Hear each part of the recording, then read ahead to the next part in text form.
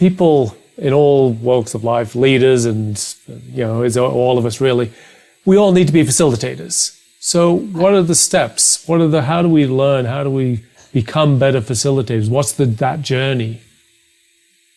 There is a magical first step, Ross. It's self-awareness. You cannot begin to understand others until you've examined yourself. So, for example, if I design a meeting, I design it for my preferences. I design it because I make sense through conversation. I don't make sense through linearly going through the material and then commenting. Yet someone else may make very much more sense by linearly going through and commenting. When we understand I'm doing this so that I can be liked, or I'm doing this to have power, or I'm doing this to give power to somebody else, or I'm doing this to be invisible, right? And with virtual backgrounds, you can actually make yourself invisible. Humor counts, okay?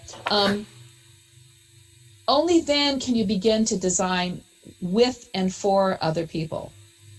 Because otherwise you've got your own blinkers on. Your own limitations will limit what you can do. So I think watching another facilitator and then having another facilitator watch you and give you feedback, there's so many things we don't see about ourselves. It still amazes me, even after all these billions of years I've been doing it, how easy it is to not see. So the second step is don't do it alone. And online, this is doubly true because you're managing technology and you're managing group process and you're trying to assess people. Some are on video, some aren't on video, some are chatting, some aren't chatting. So you're really trying to cross lots of different information streams. And facilitators are like, they hold the space, they hold those elements together.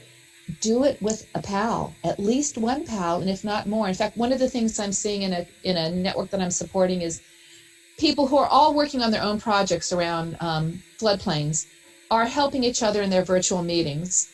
And then they get this side benefit to better understanding what's happening in another floodplain, in another river system. So the need for each other is actually creating whole new bridges in developing their practice, not just in their facilitating meetings in a time when they can't get stakeholders together face to face.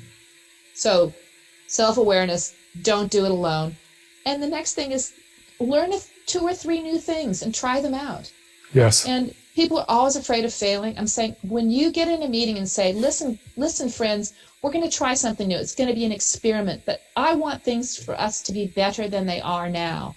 So I need you to help me and support me in trying an experiment. And if it doesn't work, it doesn't work, but we've learned something.